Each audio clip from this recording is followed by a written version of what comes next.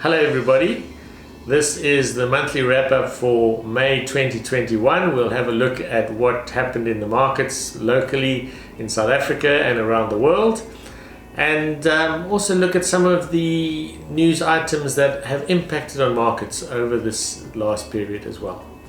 US inflation came out at over 4% at the last reading. Higher than we've seen for a long while in the US, but not surprising given all the stimulus that has been pumped into that economy. We think this is going to see the US dollar stay weak and possibly weaken even further. In South Africa, our Reserve Bank didn't hike interest rates at their last meeting, which was good to see them supporting the local economy by keeping interest rates low. On the corona front in South Africa, we've seen a third wave happening in Gauteng, in the Free State, the Northern Cape and the Northwest. And we've seen in some of the other bigger provinces that had particularly bad second waves, the numbers not being as severe, which has been good to see. We do expect the vaccinations to, as they start being rolled out, as the supply increases, which is the problem at the moment, that the rate of vaccinations will increase quite dramatically as you have particularly the private sector getting involved with companies like Dis-Chem, like Clicks Pharmacies, some of the life insurance companies rolling out vaccinations a lot broader than just the government hospitals. Then the last thing to touch on is just some of the tailwinds, or the lack of headwinds rather, that we've seen. The commodity price increase we've seen around the world has been really good for South Africa. It's been something that's affected our tax revenues. It's been something that's affected what's called our balance of trade, and that's where we have been now exporting more than we've been importing, and that's been positive for the rand. All these things are adding up to just some more and more positives that we see for the South African economy. The increased production in the mining sector, we're seeing those numbers come through in our economic growth, and they're expected. We're starting to see some expectations for this year to be possibly even in excess of 5% growth for the year.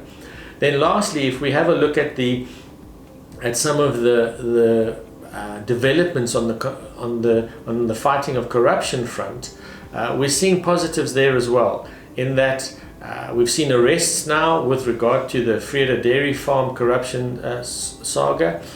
We've seen the Interpol being responding positively and working together with our Department of Justice to try and get the Guptas repatriated or brought back to South Africa to stand trial. And then just recently there's been allegations of corruption within the Department of Health, and that linked to our health minister, or Minister of Health, and he's now stepped aside just a day or so ago at the time of recording. So all evidences that things are improving, and markets don't always need things to be perfect. In fact, they seldom need things to be perfect. But in South Africa's case, we have some good businesses that have been trading very cheaply, and we are now seeing some of those headwinds subsiding, and then the financial markets responding. So if we have a look at markets in the month of May, best place to have been was actually the South African bond market, up 3.7% for the month. The next best place to have been was the local equity market. International assets struggled as the rand continued to strengthen, and part of the boom in the local market was some of the local companies doing well because of the stronger rand.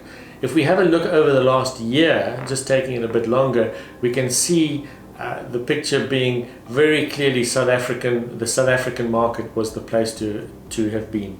Our listed equity market up over 38%, listed property up over 37%, and global markets or international investments actually struggling, although still positive. Developed world equity just over 9%, emerging market equities a good return of just over 17.5%. but the drag on those markets was because the rand was storming ahead over this last year. Against the dollar, almost 22% stronger over the last year. At the time, we cautioned and we were advising clients not to necessarily be taking money out at 19 Rand to the US dollar.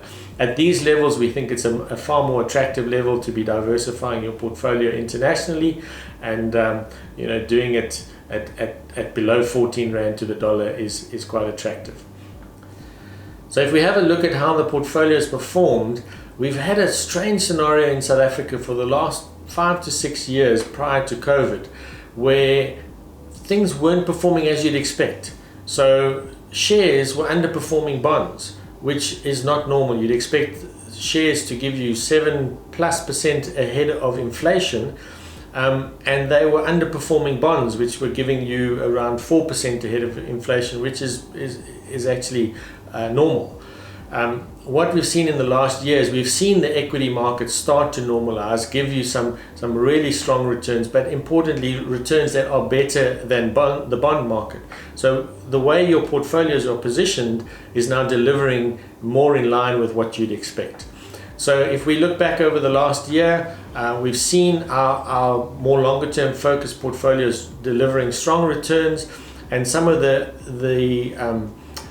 tilts or the positioning that we've done in the portfolios to, for example, increase bond exposure, which bonds had become so cheap they were offering you almost equity-like returns, and so we'd upweighted that, and that has paid off handsomely over the last while.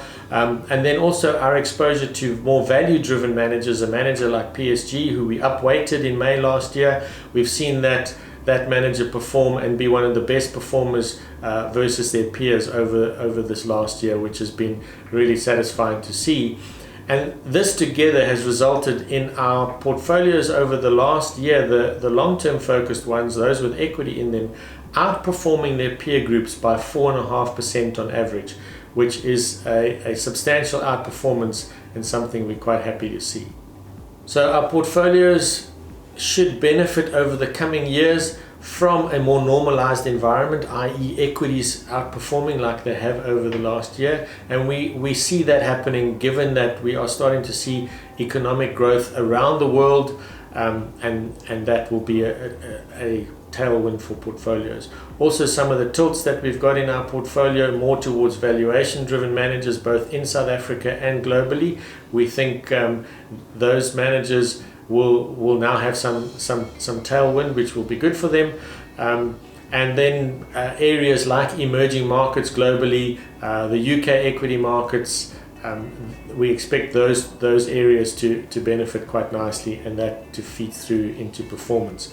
At the moment, since inception, our models have outperformed their peers, but we expect to see that gap open up a little bit wider in the coming years. So the last year has been a positive one from a financial markets point of view. We still see a number of opportunities. We've positioned the portfolios to take advantage of those. We do think the next 5 years will be better than what we saw over the previous 5, just given some of the changes we can see. From a safety point of view, do what you need to do to stay safe, whether that's vaccinating or sanitizing, social distancing, masks, etc. If you've got questions, please give us a call. We'd love to chat to you. Thanks for watching.